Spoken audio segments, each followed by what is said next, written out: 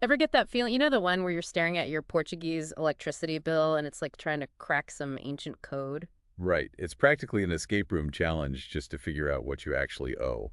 Totally. So today we're ditching the decoder rings and grabbing, well, maybe our calculators, spreadsheets, because we're diving deep into those kilowatt hours, those fixed costs everyone's whispering about. And hopefully by the end of this, we'll all see if those solar panels everyone's raving about, are they worth it or what? Music to my ears. And the best part? We've got a real-life guinea pig. Well, not really a guinea pig, more like a trailblazer who's already been down this road. Oh, you mean Paulo Laureano? The tech whiz who decided to make his electricity bill public enemy number one. You got it. He's got this great blog, electricity bills and investing in solar panels. Catchy, right? Anyway, he breaks down his whole experience, and trust me, the man's got an eye for detail. Yeah, you can tell he enjoys a good deep dive. Whether it's the newest gadget or, in this case, the abyss of Portuguese energy billing. Which, let's be honest, can seem like its own universe sometimes. So before we get lost in the weeds of Paulo's bill, can you give us the lay of the land? How does this whole electricity system even work in Portugal? Okay, imagine it as a team effort, right? You've got e-reads, they're like the stage crew, the behind-the-scenes heroes. They handle the infrastructure, making sure the electricity actually gets to your house. Okay, so they're the ones making sure the lights actually turn on. Gotcha. Exactly. Then you've got your electricity provider. Think of them as the director. They send you the bill based on, well, how much of that electricity you're actually using. So kind of like, if you think about it, a water company, right?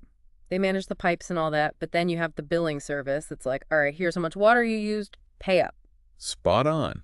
And just like with water, there are costs even before you turn on that tap, or in our case, flip that light switch. Ooh, this is where it gets interesting. You're talking about those fixed costs that Paulo's always mentioning in his blog, right? Mhm. Things like CAV and that daily power charge thing. Yeah, Costs you're hit with no matter what. exactly. The CAV, it stands for Contribuição para an Audiovisual.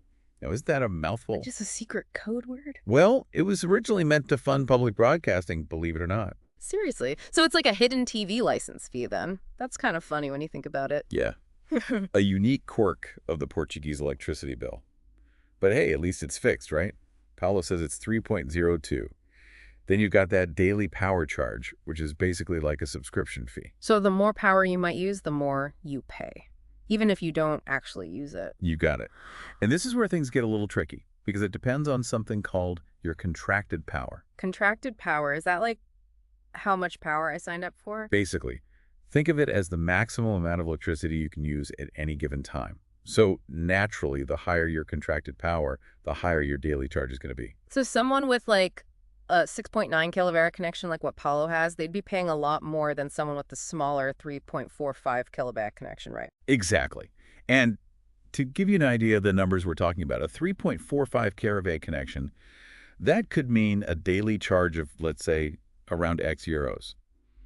But a 9.2 kilowatt connection, you're looking at something closer to Y euros per day. Wow. Okay, so choosing the right amount of power is crucial. Absolutely. You don't want to be paying for what you're not using, right? That's like picking the right data plan for your phone, you know? Yeah. You don't want to be stuck with gigabytes you're not using. But then again, nobody wants those dreaded extra charges when you're in the middle of watching something. Or gaming. Imagine that lag because you went over your data cap. Nightmare. The worst. But okay, back to electricity. Those fixed costs, they're just the tip of the iceberg, right? We got to talk about the energy Paulo's actually using, and those per kilowatt hour charges, those are the real deal. Absolutely. And you know, Paulo, he's all about transparency. And he was kind of shocked when he saw how much those per kilowatt hour charges actually add up to. Because on top of the advertised price, there are those sneaky little impostinhos, right? I swear it's like trying to decipher secret messages sometimes. You're telling me. And unfortunately, they're not so little when you see them all added up on your final bill. In Paulo's case, all those taxes and fees they added, get this, an extra. Wait for it. Don't keep us in suspense. Okay, they added an extra 17 cents per kilowatt hour. Ouch. Yeah, so his final price per kilowatt hour came out to a hefty 27 cents. No wonder he started looking for other solutions like, oh, I don't know, solar panels. Speaking of, that's the juicy part of his blog post. And he seems pretty darn happy with his solar panel adventure so far. Rightfully so. 6 solar panels on his roof, soaking up that Portuguese sunshine. And get this, his reliance on the grid, practically non-existent. Talk about energy independence, but those panels, they probably didn't come cheap, right? Well, he did mention an upfront investment of around 3,000 euros. But here's the kicker. He's saving about 50 euros a month on his electricity bills now. Wait, hold on. Let me get my calculator out. Okay, so if my calculations are correct, those panels will have paid for themselves in like 5 years. Something like that, yeah. And that's just the beginning of the savings. Typical solar panel setups in Portugal, they usually save you between 40 to 60 euros a month. So Paulo's right on track. Music to our ears. Okay, so we know the numbers look good in the short term, but what about the long game? What's the return on investment looking like for him in the long run? Well, he seems pretty confident about that, too. He did his research for sure. Those panels have a 12-year warranty, so that's, let's see, almost 7 years of basically free electricity even after they've paid for themselves. Okay, now we're talking. And it gets better. He's even projected his potential savings over the entire lifespan of the panels, if they reach their full potential of 25 years. Hmm. And get this, he could save up to 12,000 euros. It's mind-blowing. Okay, I'm sold. That's what he figures. And, it makes sense when you think about his lifestyle. Makes sense, Yeah. especially if you're thinking long term. So for our listeners out there, the ones who are intrigued, maybe a little bit tempted by those solar panels glistening in the sun, what's the takeaway? Should they be calling up the installers right now? That's the million-dollar question, isn't it? And it's where Paula's experience is pure gold. He's given us that first-hand look at the costs, the savings, the whole shebang. But as with any big decision, especially one involving your hard-earned euros and years of planning, You got to do your homework. absolutely, research is key. And luckily, Paulo threw us a lifeline in his blog post. Remember that website he mentioned? Mhm. The one for comparing electricity providers? Yeah. It's like a one-stop shop for anyone in Portugal who wants to see what's out there, what kind of deals they could be getting based on how much electricity they use and all that good stuff. Love it. Knowledge is power. Or in this case, knowledge could save you some serious euros on your power bill.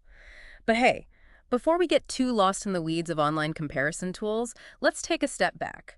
Remember why we started this whole deep dive in the first place. To conquer the enigma of the Portuguese electricity bill, to finally understand those numbers, and maybe even outsmart them. Exactly. And to figure out if those solar panels everyone's talking about, if they live up to the hype. And what's the verdict?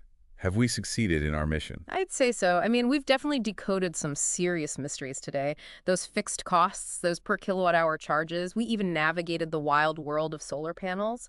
Hopefully our listeners are feeling a little less lost and a lot more empowered.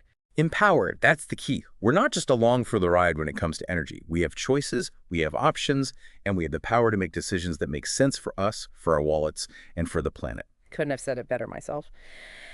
And on that note, as we wrap up this electrifying deep dive, I want to leave you with one last thought. Imagine a future where solar energy is no longer a luxury, but a given. Thanks to technology making things cheaper and more efficient, and governments actually, dare I say it, incentivizing people to make the switch, what would that world look like? Would our electricity bills be filled with sunshine instead of those scary numbers? It's something to ponder, right? Thanks for joining us on this illuminating journey, and until next time, stay curious.